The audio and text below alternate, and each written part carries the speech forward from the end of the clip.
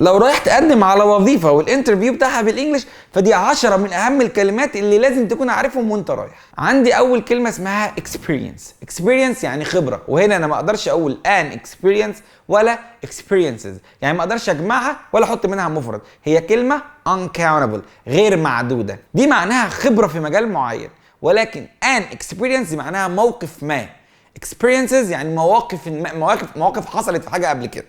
ركز. فلو عايز تقول عندك خبرات كتيرة I have a lot of experience in on at، دول 3 حروف جر ينفعوا معاك عادي في المجال اللي انت عايزه. in English at English on English at computer in computer وهكذا. الكلمة دي strength. بص انا هنا الجي مش سايلنت زي ما كانوا قايلين لنا، لا بتنطق بص strength strength strength، ودي معناها القوة او نقاط القوة. هتكلمك عن نقاط القوة بتاعتك. وعكسها الويكنس. again weakness points يعني نقاط الضعف. لو عايز اسالك عن المهارات بتاعتك، فكلمه مهاره يعني سكيل وجمعها skills.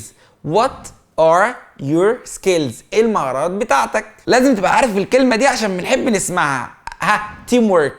team work يعني العمل الجماعي. I love teamwork، انا بحب العمل الجماعي. جمل بسيطه خالص اهي تخليك تقوم. وسلام بقى لو قلت لي الكلمه دي challenge او challenging يعني تحدي. انا شايف ان الوظيفه دي تحدي بالنسبه لي، شايف ان انا اقدر اوصل للوظيفه دي مثلا لسكور معين او جول معين، هدف معين. فهنا في ايه؟ challenge، في تحدي. وطبعا كلمه جول يعني هدف. what is your goal؟ ايه الهدف بتاعك؟